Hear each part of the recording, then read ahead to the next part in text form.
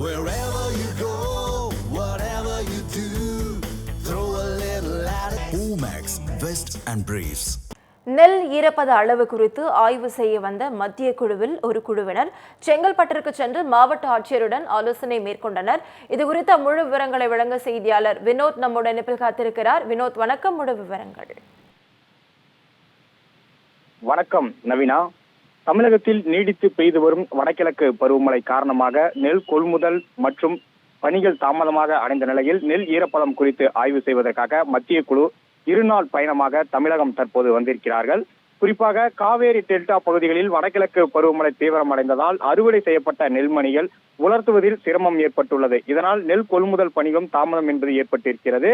இந்த நிலையில் அது குறித்து ஆய்வு செய்வதற்காக தற்போது மத்திய குழு என்பது தமிழகத்திற்கு வந்திருக்கிறது. குறிப்பாக செங்கல்பட்டு மாவட்டத்தில் சுமார் 10 இடங்களில் மத்திய குழு என்பது ஆய்வு மேற்கொள்ள இருக்கிறார்கள். குறிப்பாக செங்கல்பட்டு மாவட்டத்தில் உள்ள ஆயப்பாக்கம், வெள்ளப்பந்தல், தத்தலூர், வழுதூர், ஈசூர், புதூர், படாலம், கள்ளபிரானபுரம், கொளம்பாக்கம், காயப்பாக்கம் உள்ளிட்ட 10 இடங்களில் மத்திய குழு ஆய்வு என்பது மேற்கொள்ள இருக்கிறார்கள்.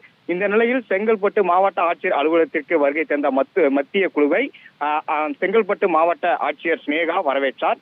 இந்த குழுவில் மத்திய குழுவில் பிரீதா, பிரியா பட், அனுபமா, அருண் பிரசாத், உமா மகேஸ்வரி ஆகிய 5 பேர்கள் அடங்கிய குழுவானது தற்போது செங்கல்பட்டு மாவட்டத்தில் இந்த மத்திய குழு ஆய்வு என்பதை மேற்கொள்ள இருக்கிறார்கள்.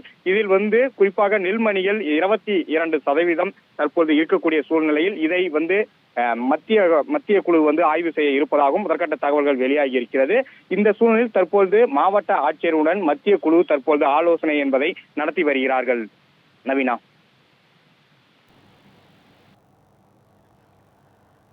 முழு விவரங்களுக்கு நன்றி வினோத்.